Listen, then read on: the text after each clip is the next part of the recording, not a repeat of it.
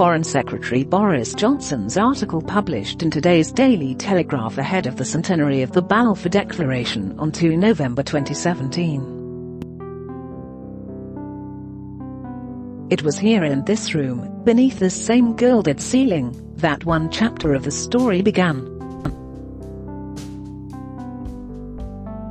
On 2 November 1917 my predecessor Lord Balfour sat in the Foreign Secretary's office, where I am writing now, and composed a letter to Lord Rothschild. The essence of the Balfour Declaration consists of one sentence of 67 words. Those were the carefully calibrated syllables that laid the foundations of the State of Israel. Balfour declared that His Majesty's government view with favour the establishment in Palestine of a national home for the Jewish people, with the famous and crucial proviso that nothing shall be done which may prejudice the civil and religious rights of existing non-Jewish communities.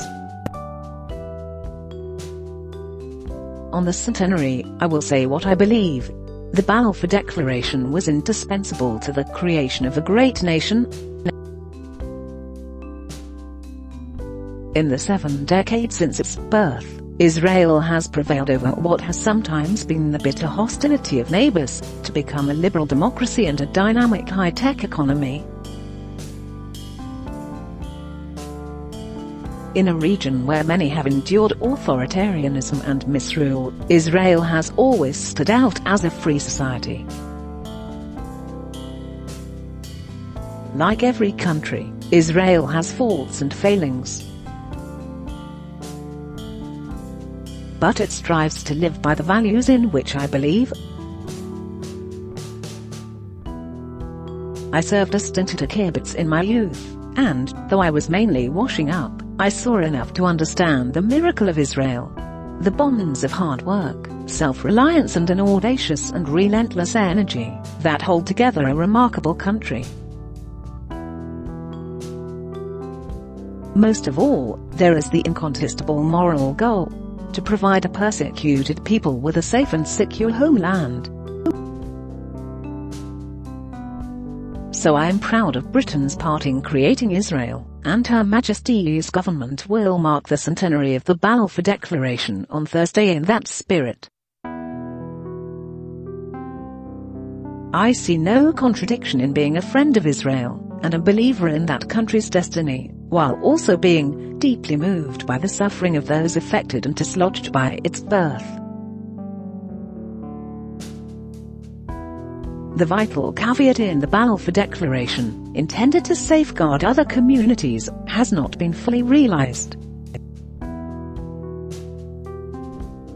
I have no doubt that the only viable solution to the conflict resembles the one first set down on paper by another Briton, Lord Peel, in the report of the Royal Commission on Palestine in 1937, and that is the vision of 2 states for 2 peoples.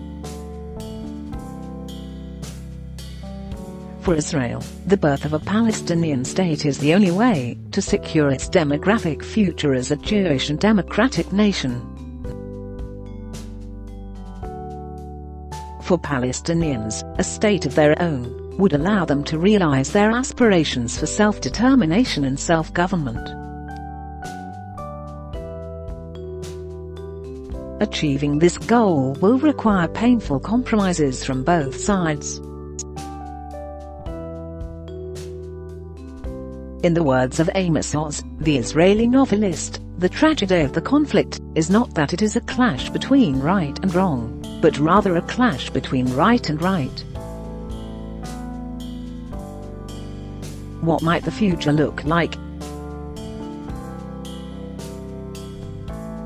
In private, Israelis and Palestinians often tell me their visions for peace, and their parameters frequently have much in common.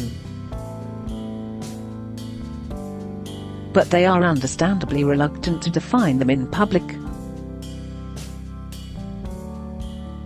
This November also marks the 50th anniversary of another British drafted document, United Nations Resolution 242, that enshrined the principle of land for peace as the route to a settlement in the Holy Land. So in this time of anniversaries, and animated by the spirit of Balfour and Peel, and of another Briton, Lord Caradon, better known as Hugh Foot, who drafted Resolution 242, I propose to set out what I suggest is a fair compromise.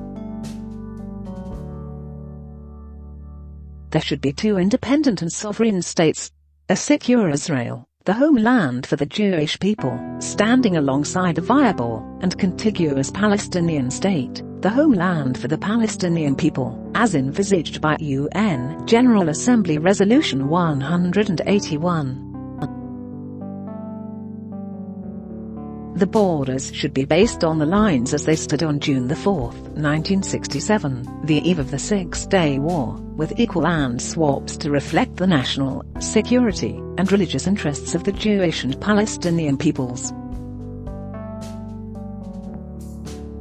There must be security arrangements that, for Israelis, prevent the resurgence of terrorism and deal effectively with all threats, including new and significant threats in the region, and, for Palestinians, respect their sovereignty, ensure freedom of movement, and demonstrate that occupation is over.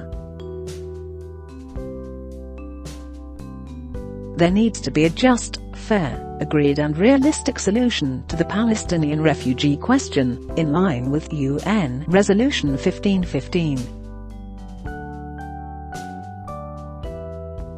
In practical terms, this means that any such agreement has to be demographically compatible with two states for two peoples, and a generous package of international compensation must be made available.